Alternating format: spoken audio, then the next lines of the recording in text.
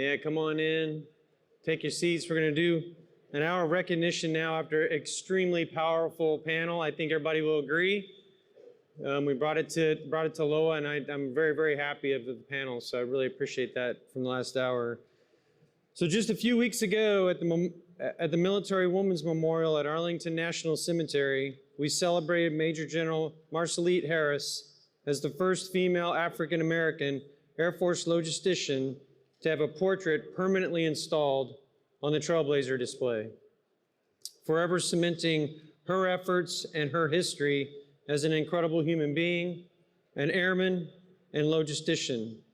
Before I invite Lieutenant General Miller, Major General Hurry, and Tenecia Harris to the stage for a second unveiling of Major General Harris's panel, let's watch the footage captured at the Military Women's Memorial on the 6th of March as they kicked off Women's History Month. You've seen how fast the world can change and how hard it is to innovate while keeping the lights on.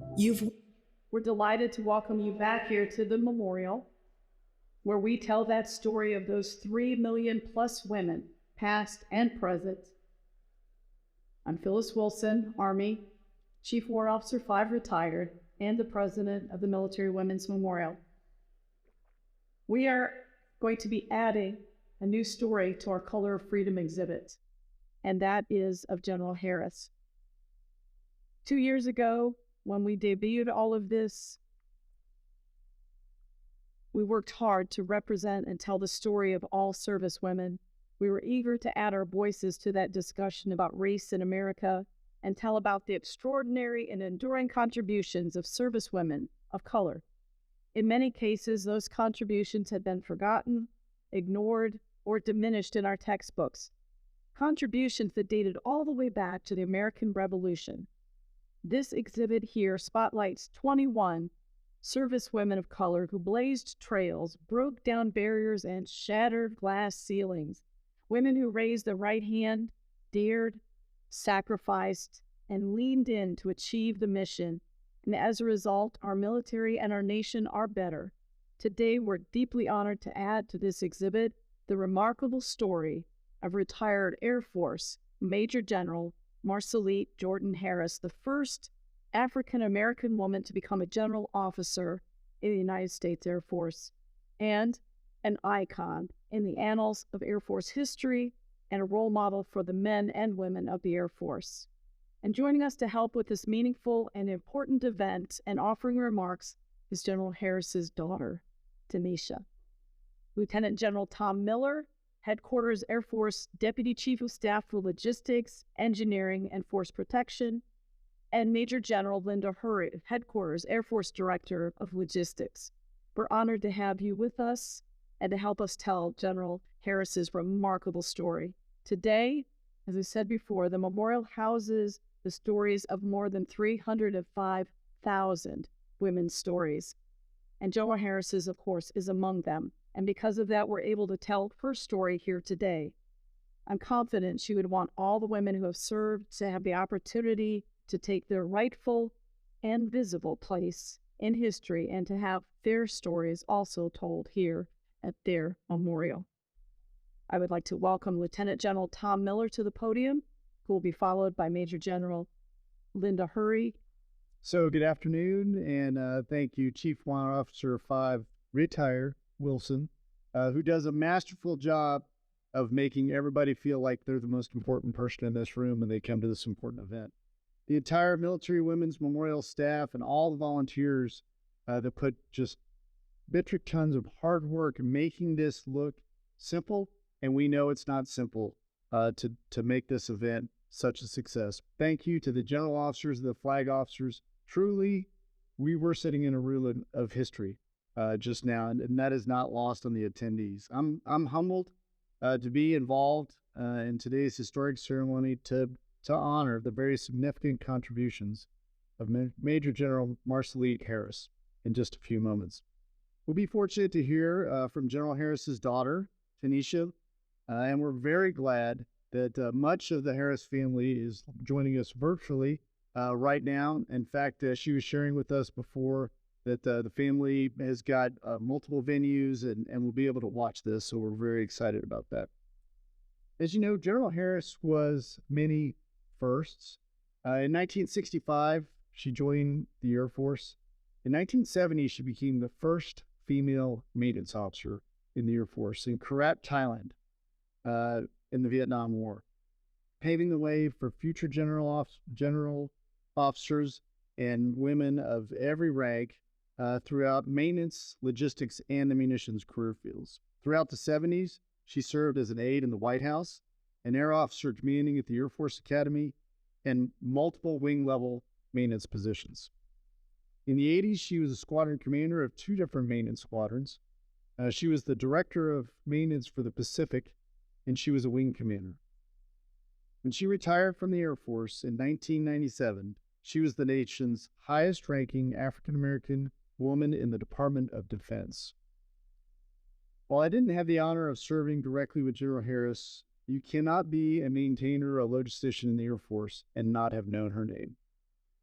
A number of retired and active senior leaders, including many general officers that served with her, sent me notes about this day. They came flooding in. I want to share just a few of the comments, especially Tenecia, for you and for your family. They were remarkable. She was a great mentor, a gracious and exceptional leader. Another senior leader remarked that she mentored young leaders as if they were the only officer on their radar. Yet another senior leader who worked directly for her when he was a colonel said that she advised him to remain true to his roots as he progressed both in his service and in life. And this person served at the highest level of the Department of Defense and said that he carried that through every day in his service and still does. And one more note from a senior leader that met General Harris when he was just a young captain. His interaction with her, he said, was simply incredible. Her wisdom, her approach was hugely impactful on him. She was the first female general officer he had met, the first African-American general officer he had ever met. And so when he attended her funeral service here at Arlington Cemetery years later, he was incredibly moved by the lives and careers that her service had touched, but he wasn't surprised. General Harris wasn't just a fierce military leader. She was a devoted wife of Lieutenant Colonel Maurice Harris, mother of Tenecia and Stephen, and later a loving grandmother. We honor General Harris as a trailblazer, a military officer who refused to accept racial and gender obstacles that she encountered throughout her life. It's been remarked that she didn't set out to make history, just to be the very best at every single thing that she did. General Harris's dedication as a maintenance officer is what inspired the Logistics Officer Association to nominate her for the inclusion in the Color of Freedom exhibit. This event has been in the planning for well over a year. To unveil the panel honoring General Harris, I'd like to invite fellow logistician Major General Linda Hurry, who happens to serve in the same role that General Harris did when she was in the Pentagon as a 2-star, and her daughter Tenecia, to please come forward, escorted by Mr. Jason Kalin, the president of the Logistics Officer Association.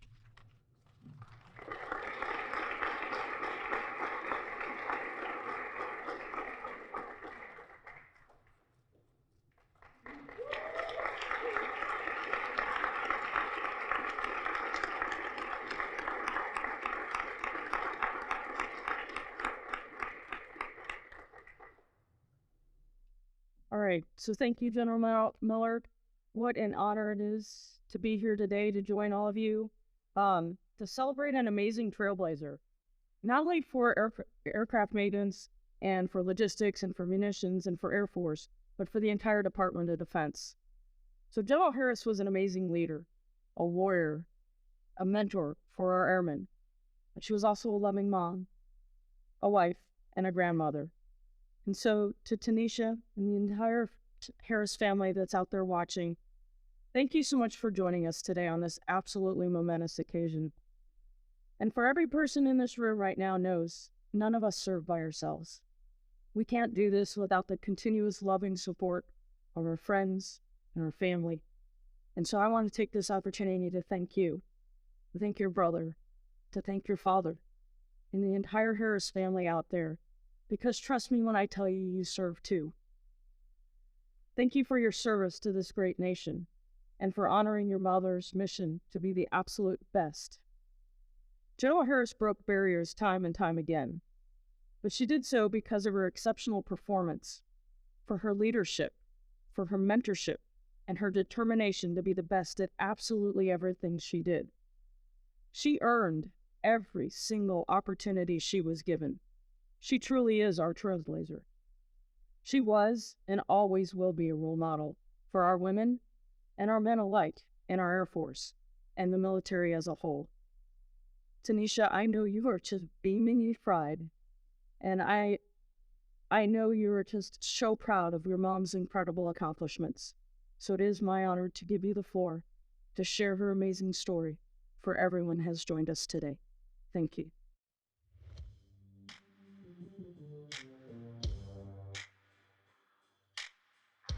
Is that actual footage from the 6th of March, and so now we're going to do it all over again right in front of all of you. All right, so General Miller, General Hurry, and Tenecia, it's an honor to unveil it again.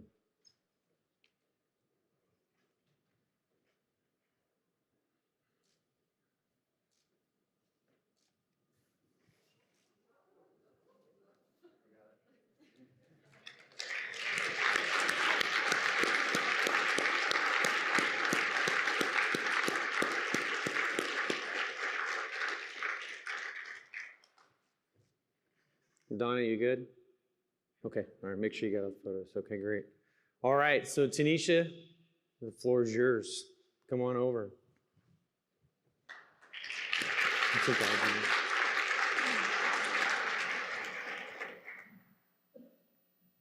When I would be asked what it was like to grow up with a general for a mother, I would reply, I don't know, she's just mom.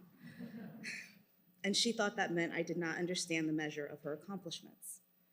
And truth be told, I didn't until high school. In my freshman year during Black History Month, the school put on an assembly, and one by one, the students who participated came forward and claimed the name of a prominent Black figure. I am Malcolm X. I am Rosa Parks. I am Dr. Martin Luther King Jr. And then one girl stepped forward and she said, I am Major General Marcellite J. Harris. And in an auditorium filled with every student in my school, I yelled, oh my God, that's my mom. And the girl sitting next to me looked at me like I was crazy and she said, no, she's a sophomore here. I got it then. My mom was kind of a big deal. Since then, it has been a privilege and a pleasure to meet those who have been inspired by her accomplishments, impacted by her presence, and to share with more and more people my mother's story. Not just who she was in the military, but who she was as a person. Hers is a story that began in the early hours one morning when the recent college graduate tried to sneak into her parents' house after being out all night. She tiptoed into the kitchen of the house she'd grown up in Houston, Texas, only to be confronted by the sight of her father fully dressed in his postman uniform. Lil Marcellite, as she was known then, stood frozen at the door while her dad made his way toward her on his way out for his morning shift. Getting closer, he said, I don't care how old you are. You live in this house, you come home at a decent hour. You come home before I go to work. And Marcellite, feeling grown, squared her shoulders, summoned her moxie, and replied, well, you're still here, so I haven't broken any rules. My grandfather simply left her standing there in his shadow. And it was that moment, that morning on that day, that would forever change the course of Marcellite's life. She realized then that at just 22 years old, she was not, in fact, that grown. But her search for grown-up independence concluded that summer of 1965 when she enlisted in the United States military, choosing the Air Force over the Army because she looked better in blue. It was a decision that would shock everyone that knew her and begin a journey that would make history. Though she found her first assignment at Travis Air Force Base nothing to write home about, she thought her second one at Bitburg was. There, she transitioned from an admin officer to a maintenance analyst officer. And given that her college degree was in speech and drama and her career aspirations had been to be a world-famous actress, she found this line of work to be challenging, but also rewarding. And a personal desire to always perform her best, instilled in her by her parents, prompted her to apply for the aircraft maintenance officer course at Chanute. Her application was denied, but thinking nothing of it, she applied again. And again, she was told no. But she did really like this line of work, and she did really want to support her people. So she applied again. And this time, with a special recommendation from her commanding officer, she was granted admission. After graduation, armed with the support from her superiors and now formal education, she felt she had everything she needed to succeed in her role as maintenance supervisor at CORAT. But within a few short months of her arrival, she realized she didn't have everything she needed. She didn't have the respect of her squadron. Men who were experienced pilots and trained engineers, men who had worked in this field for longer than she had, but also not as long as she had. Men who were both older than she was and younger than she was. In short, men. Even though her earlier career assignments had been in roles that were thought to be stereotypically female at the time, this was the first time in Marcellite's career that she was seen and judged as woman first and soldier second. And that just wouldn't fly. At the end of a regular morning meeting, her commanding officer turned the floor over to her for any final comments. And now a Captain Harris squared her shoulders and once again summoned her moxie. Unbeknownst to her supervisors, she announced to everyone in the room, "You may have a problem with me, but that is your problem, not mine. You will not run me out. I am here, and I am here to stay." And she did stay.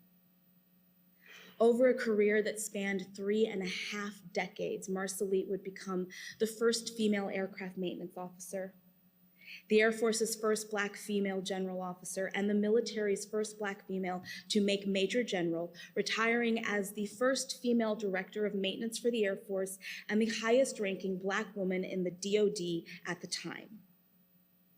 Along the way, she would amass so many more professional firsts and so many more professional accomplishments that when asked about them, rather than proudly list her career highs, she would say humbly, but with a bright smile, "Google me." She was able to achieve all she did in her career because even though it was challenging, she approached it with her personal strengths and her authentic nature, making choices that led her toward that which she loved rather than away from anything she feared, emphasizing it's not what you do that makes you who you are, it's how you do what you do. My mother, ever the drama queen, could act confident in the face of uncertainty. She could command respect because she instilled loyalty by being loyal. Sorry. She could fight for what was right because she grew up seeing so much wrong. Marcellite was resilient because she knew no matter how bad the storm is today, the sun will come out tomorrow. She was tough, but she was sensitive and not immune to the mud that could be slung her way while she climbed the ranks. She gave me permission and even on occasion showed me that when the world knocks you down or you make a whoopsie, because the world will knock you down and you will make a whoopsie, that it is okay to sit in the middle of the floor and boo-hoo your heart out Ugly cry until your eyes are swollen for as long as you need to, but only do so knowing that you will put on your big girl pants or skirt and your highest heels, and you will get back up. She inspired those around her to shoot for the moon, because even if you don't get there, you're still among the stars. As she would say, let your reach far exceed your grasp. What others may have judged as weakness, she celebrated as human, encouraging everyone to show up as their truest selves so they too may know the meaning of success as she did.